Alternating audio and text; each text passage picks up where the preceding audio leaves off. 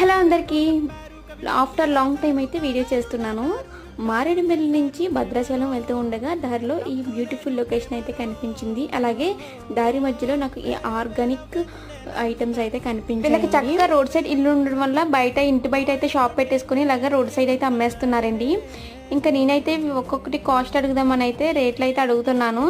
రేగుడి అచ్చులు అయితే మాత్రం చాలా ఫ్రెష్గా ఉన్నాయండి. నా చిన్నప్పుడు ఒక్కొక్క రేగుడి వచ్చి 2 రూపీస్ అయితే ఉండేది, ఇప్పుడు 10 రూపీస్ అంట. ఇంకా తినాలనిపించినప్పుడు 10 రూపీస్ అయినా ఇంకా తప్పదు.